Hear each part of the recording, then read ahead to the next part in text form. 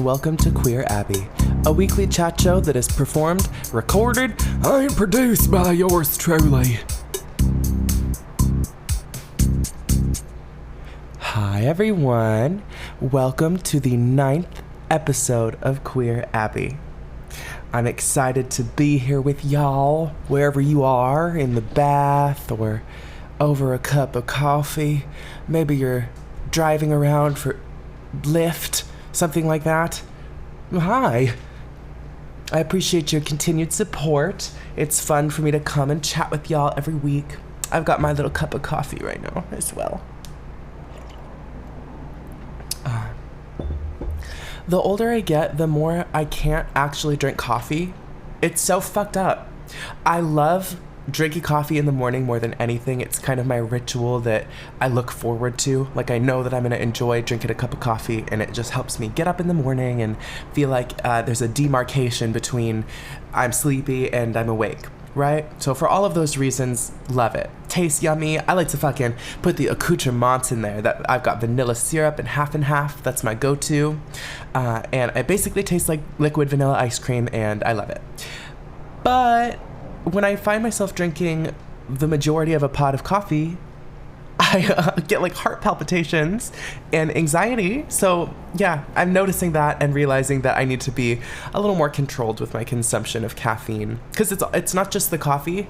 Then when it's like after 5 p.m., it's a fucking energy drink. Like I'll drink a Monster or something.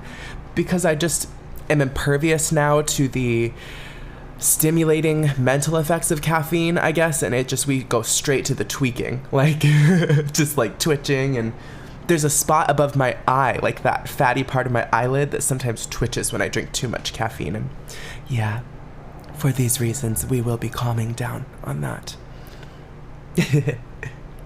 I re-listened to the audiobook version of The Velvet Rage this last week while I was doing my makeup at various times. And I have to say that honestly, everyone, but especially if you are queer, you must go read this book. It's so important, especially male-bodied queer people, but really everyone can benefit from this information. It's written by this brilliant gay man. Here, I have it right here. One second.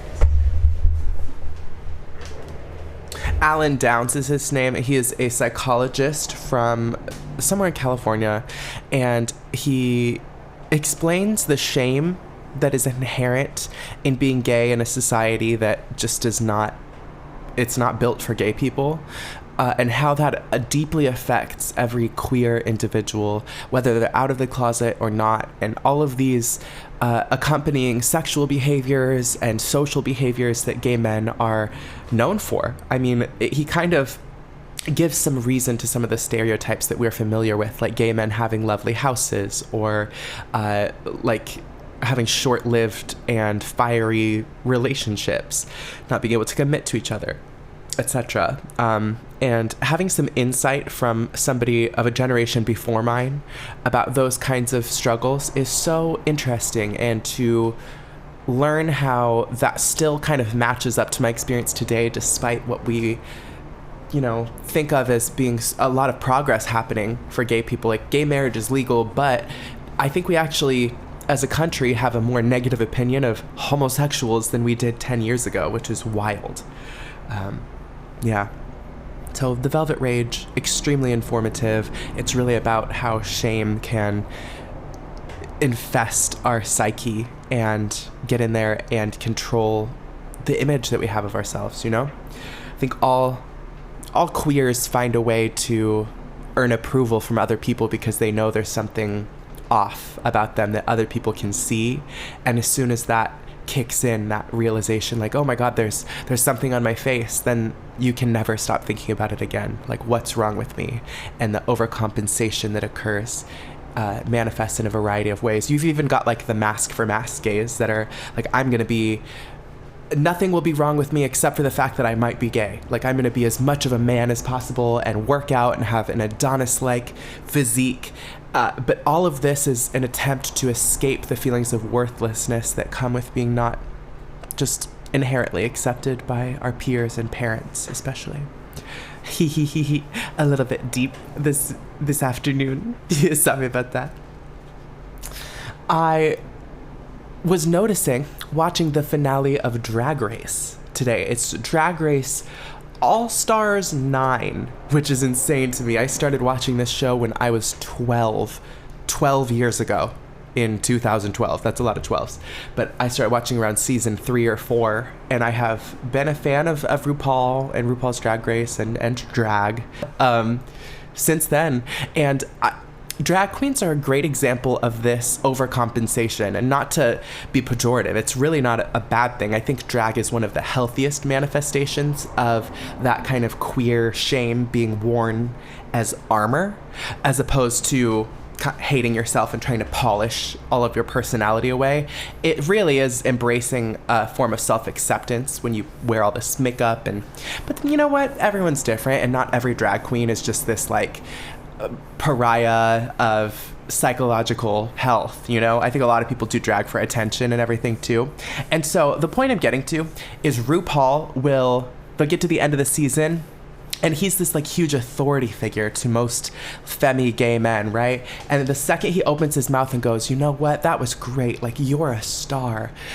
What is it that makes these queens just break down in tears every time? You can see their like inner child come out immediately as soon as they get that validation that is like, you know, that's the point, is I just want to be liked and exalted by other people for what I am and who I am, you know? And we go to great lengths to do those things, and I see it in the faces of other queer people too sometimes. And yeah, today was one of those times. So spoiler alert, it was the finale that I watched, and okay, 3, 2, 1, Angeria Paris Van Michaels is the person who won this season of Drag Race All Stars. That sentence might kill a Victorian child, but if you care at all, yeah, I'm excited about that. I did expect for one of the other queens to win. Her name's Roxy Andrews. She's like this very polished pageant queen, and she's a cunt. I love it. So if you haven't watched this season, I would recommend it. It's very entertaining. The All-Star seasons, they come back with like a lot more money, and they even like give them a budget, a stipend, and pay them to be there. So there's a huge difference in the stress levels and resources that we get to, you know, see like this beautiful polished end result. So that's fun. Congratulations, Angeria Paris Van Michaels. She's this lovely queen from, I believe, the Midwest or the South. No, yeah, she's Southern. And she's so pretty. She has these kind of haunting big eyes. And when she puts on all this big drag makeup, it's just so pretty. So anyway, yay. Velvet Rage, Drag Race, coffee.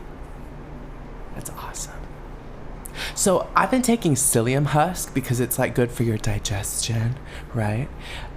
I didn't realize it says in the bottle you're supposed to take 3 of those fucking big ass pills 3 times a day. That's insane to me. I take 1 every day, and I feel like I was being like a health queen.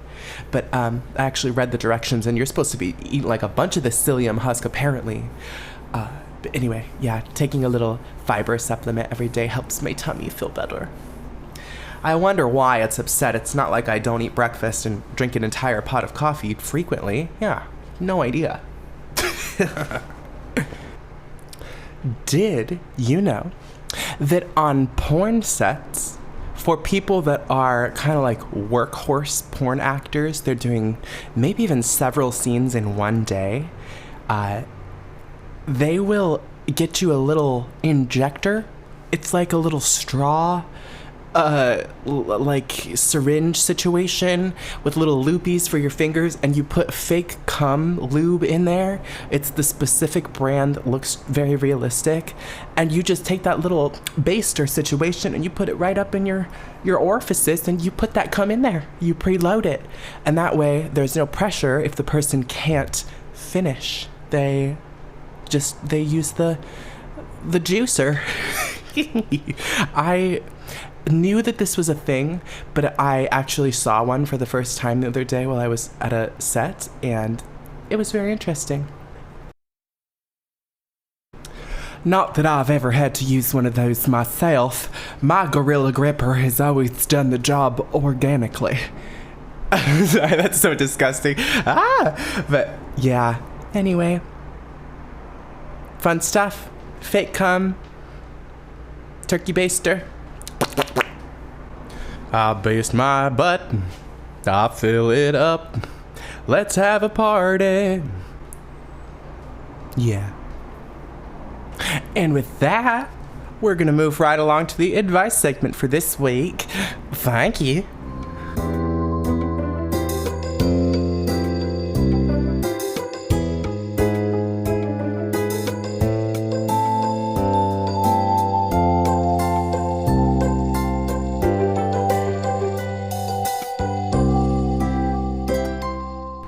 Yay! Let's get right into some dispensing of some questionable advice. The first anonymous submission for this week says, Queer Abbey.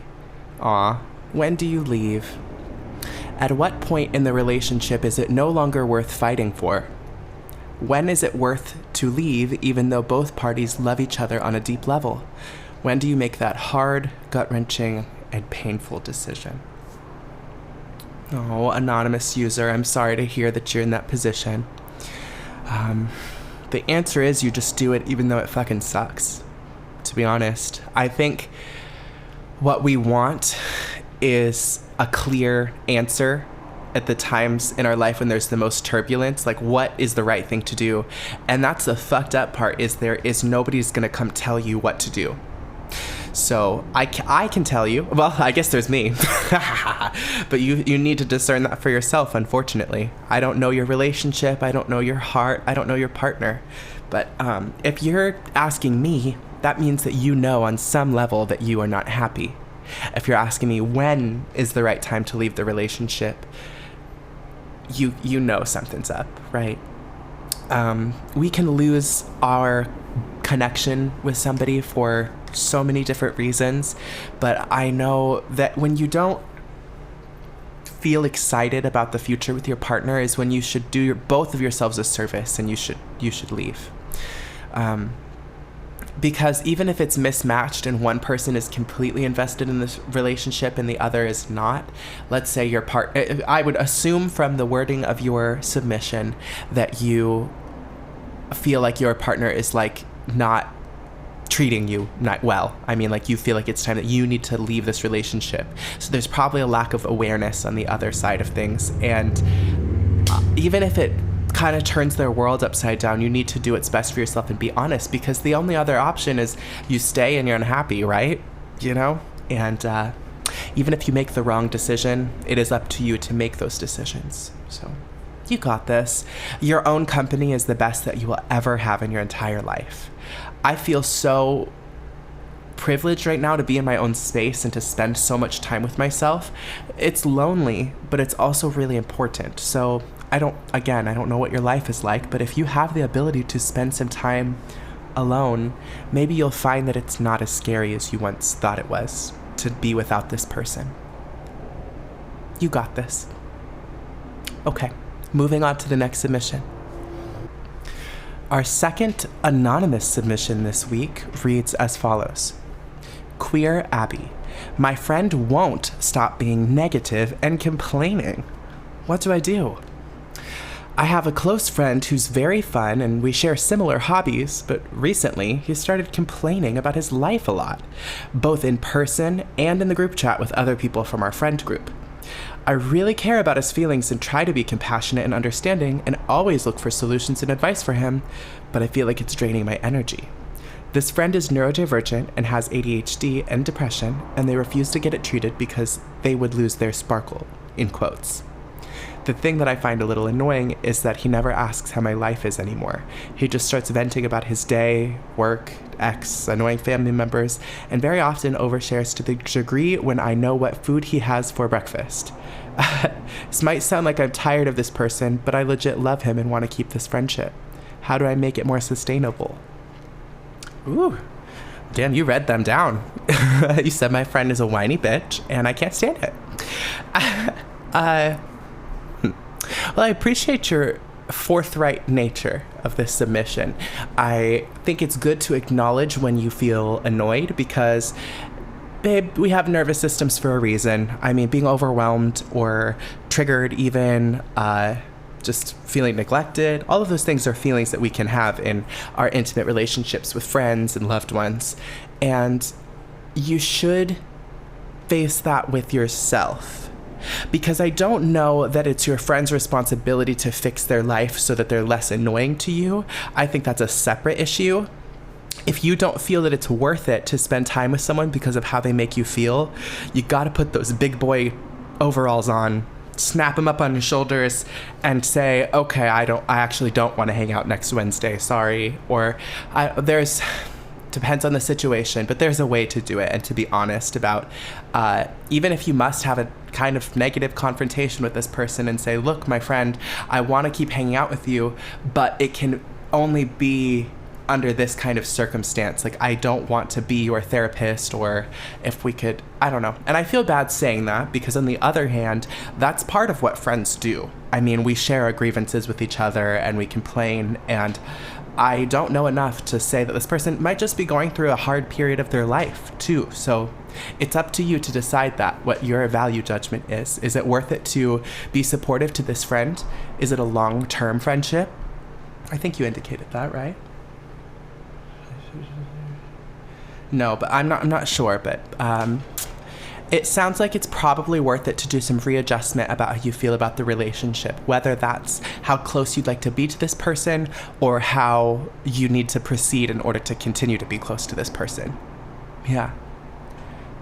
I feel like the person you're complaining about sometimes, where, I mean, sometimes negativity absorbs and it gnaws at you and you just feel like everything in your life is going wrong. It really does happen sometimes. But I doubt that's permanent, you know? Your friend can probably find a way to see the sunrise again, but yeah, it's not gonna happen by you holding it in and resenting them, you know? They gotta do some work, and you might have to do some work if you wanna be their friend, so. Yay! Let's normalize friendships not being extremely convenient at all times, and only surrounding yourself with people who you think you can get something from. I think that's honestly a problem in our generation. It is like way too normal to drop people for PR reasons because you don't think that they're going to help the ad sales on your TikTok in the future. You know what I mean? Like, forming relationships with people based on what you think they're going to provide for you potentially in the future, whether they're a net gain or not, is just so fucked up, you know? Let's not do that. Let's just have a cute little gay time together. Because you also never know, right? Like, the people who you think are going to provide the least struggle to you may just be the most repressed people around, and you've picked them because they complain the least, but then one day that actually turns into a catastrophe because there's no real communication between you. Anyway, okay, I got a little personal on that one. Those were both very solid submissions, and I think I gave somewhat long-winded answers, so I'm gonna call it there for this week. Thank you.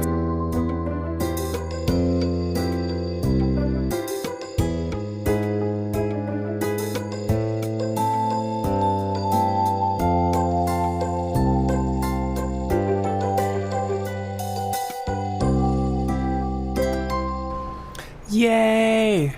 We love dispensing questionable advice. I've been really getting into a groove with making these podcasts, like during the weekdays, and then I get it all edited and it comes out on Sunday morning. It's like a fun little process and kind of gives me a sense of regularity.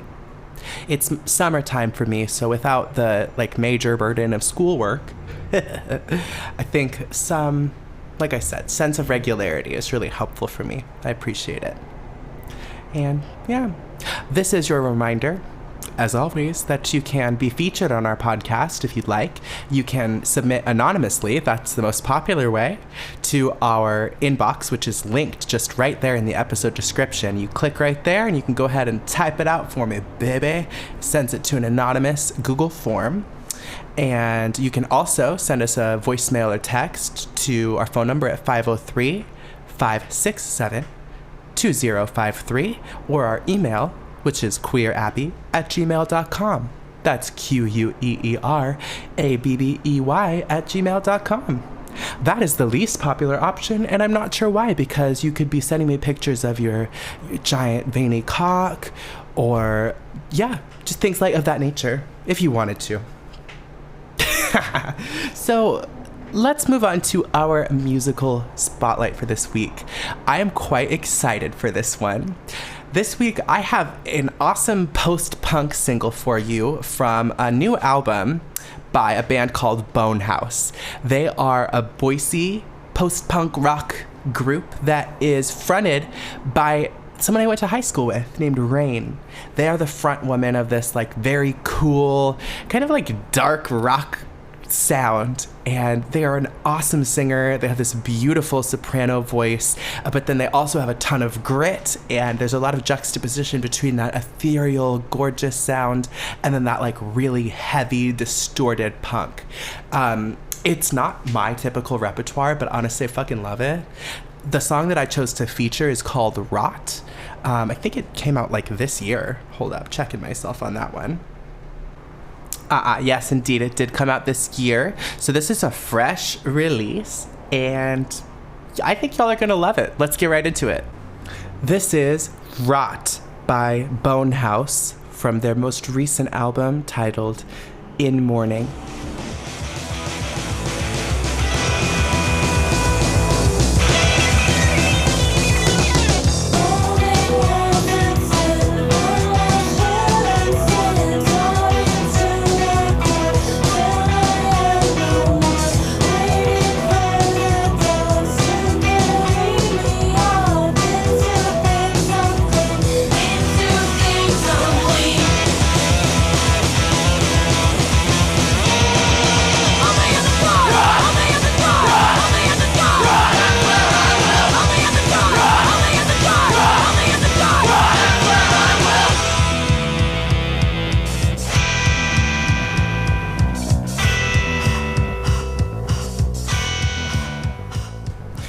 Bitch!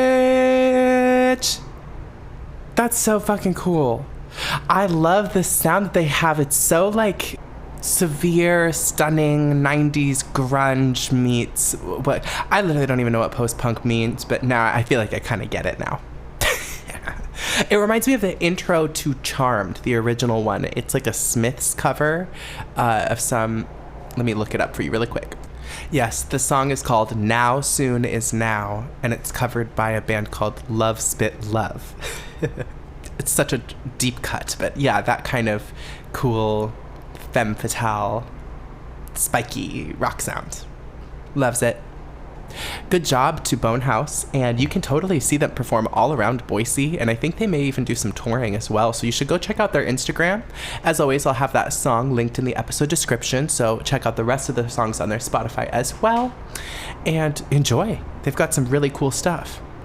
Did you know that the reason your plants die when you put them in water to grow roots and you forget to change the water? It's because of the lack of oxygen. They use the little plantinas, they absorb the oxygen that's in the water and the other minerals that they are nourished by. And eventually after, a week or two or whatever, there's no more nutrients in there and they begin to suffocate because of that lack of oxygen. And then there also is the issue of algae and other types of like bacteria. I'm not a scientist, I don't know beyond that, but like things that thrive in the still water, and bugs as well. So anyway, that's why when you forget about your poor little cuttings, they begin to die. So it's important to change the water like every time you think about it, is how I put it. But like, every 4 or 5 days is sufficient. Maybe every other day if you really, really felt like it. But I love putting plants in water and watching them kind of perk back up.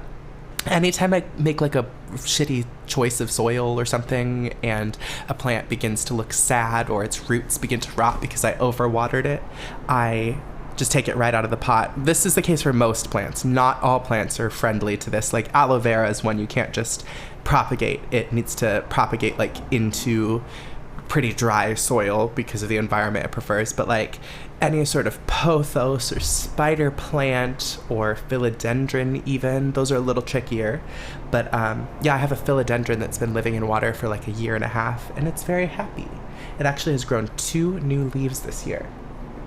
And yeah, as long as I remember to change the water, it has enough minerals and oxygen to continue growing, and you have to give them sunlight just like any other plant, and they tend to grow at a slower rate, but they know to develop roots when they're sitting in that water because there's so much access to moisture. I think it kind of like says, yeah, grow some roots, babe, to the plant, and the plant goes, all right, daddy, I'll do whatever you say. So yeah, okay, anyway, I'm just a gentle being that experiences, senses, and interacts with nature, you know. Nothing more. I guess the song title from the Music Spotlight Rot kind of set me off on a thought process about decay. Yeah, everything dies, even if it's in a cycle that's larger than us that we can't understand. Everything has its beginning and its end, including the rocks on the earth that we stand on, and every animal and insect that we see. I think there are things that we perceive as infinite, but it's more of an issue of scale, you know? I think everything exists within a cycle and experiences the process of death and subsequent rebirth. Damn, that was deep. Okay, that's good enough. Have a good rest of your week. I'll see you next Sunday. Mwah.